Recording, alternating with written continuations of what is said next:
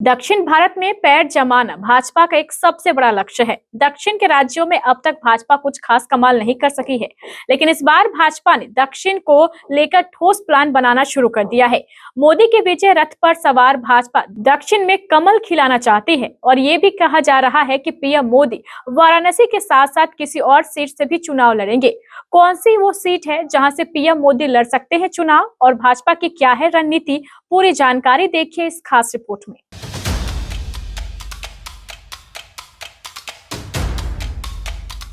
लोकसभा चुनाव 2024 से पहले भाजपा आत्मविश्वास से लबरेज है। नवंबर 2023 में हुए 5 राज्यों के विधानसभा चुनाव में उसे 3 राज्यों में बहुमत मिला और सरकार बनाई। अब बारी लोकसभा चुनाव 2024 की है। भाजपा की चुनावी मशीनरी पूरी तरह से एक्टिव है। पीएम मोदी 22 जनवरी को अयोध्या में राम मंदिर का उद्घाटन करने वाले हैं। इससे पूरे देश में एक माहौल तैयार करने की कोशिश की जा रही है। चुनावी विश्लेषकों की माने तो पार्टी जीत के रथ पर सवार है। ऐसे में वो राम मंदिर यानी सांस्कृतिक राष्ट्रवाद को मुद्दा बनाकर चुनाव में उतरेगी। इस मुद्दे के जरिए वो दक्षिण में भी पैठ बनाने में जुटी है। पीएम मोदी पिछले 2 दिन से दक्षिण राज्यों के दौरे पर थे, जहां उन्होंने करोड़ों रुपए की विकास परियोजनाओं का शिलान्यास और लोकार्पण किया। पीएम मोदी लगातार 2 वर्षों से काशी तमिल संगमम का आयोजन अपने संसदीय क्षेत्र काशी में कर रहे हैं। इस आयोजन के जरिए वे दक्षिण में विशेष तौर से तमिलनाडु में पैठ बनाना चाहते हैं। पार्टी उत्तर के अलावा दक्षिण के राज्यों में अपनी जड़ें मजबूत करना चाहती है। ऐसे में उसे तमिलनाडु और केरल के लिए विशेष रणनीति बनाने की जरूरत है। पार्टी की योजना है कि तमिलनाडु के रामेश्वरम सीट से किसी ऐसे नेता को चुनाव लड़ाए जो अपने दम पर आसपास की सभी सीटों पर प्रभाव जमा सके।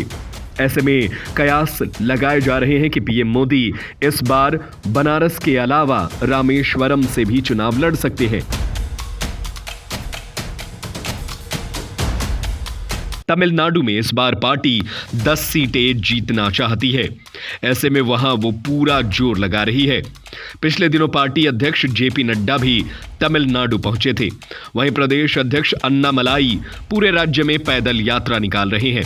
संसद भवन के उद्घाटन पर दक्षिण से आए संतों ने जब पार्टी के नेताओं से मुलाकात की तो उन्होंने बताया कि इस बार पीएम मोदी को रामेश्वरम से चुनाव लड़ना चाहिए ताकि पार्टी को राज्य में जनाधार बढ़ाने में मदद मिल सके। दक्षिण की स्थानीय पार्टियों ने वहां के लोगों के मन में इस बात का घर बना दिया है कि भाजपा हिंदी थोपकर लोकल भाषाओं को समाप्त कर देना चाहती है। ऐसे में वहां के लोगों के मन से इस डर को समाप्त करना जरूरी है। तमिलनाडु के साथ साथ केरल में भी पार्टी अपनी जड़ें जमाना चाहती है। केरल की आबादी में बड़ा भाग ईसाइयों का है। ऐसे में पार्टी के नेता कैथोलिक चर्च के कार्यक्रमों में अक्सर देखे जाते हैं ताकि ईसाइयों को अपने पाले में कर सके।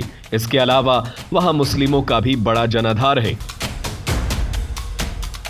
केंद्र सरकार ने मुस्लिम महिलाओं के लिए 3 तलाक प्रथा को समाप्त करने के लिए कानून बनाया। इस मुद्दे को भी स्थानीय मुस्लिमों में प्रचार प्रसार करने के लिए नेताओं से कहा गया है। पीएम मोदी ने केरल में महिला सम्मेलन को संबोधित किया। कुल मिलाकर पार्टी महिलाओं के जरिए तमिलनाडु और केरल में अपना जनाधार बढ़ाना चाहती है और इसके लिए जरूरत पड़ी तो प्रधानमंत्री नरेंद्र मोदी को दक्षिण भारत से भी चुनाव लड़ाया जा सकता है। इस पूरे मामले पर आपकी क्या राय है? हमें अपनी राय कमेंट करके जरूर बताएं।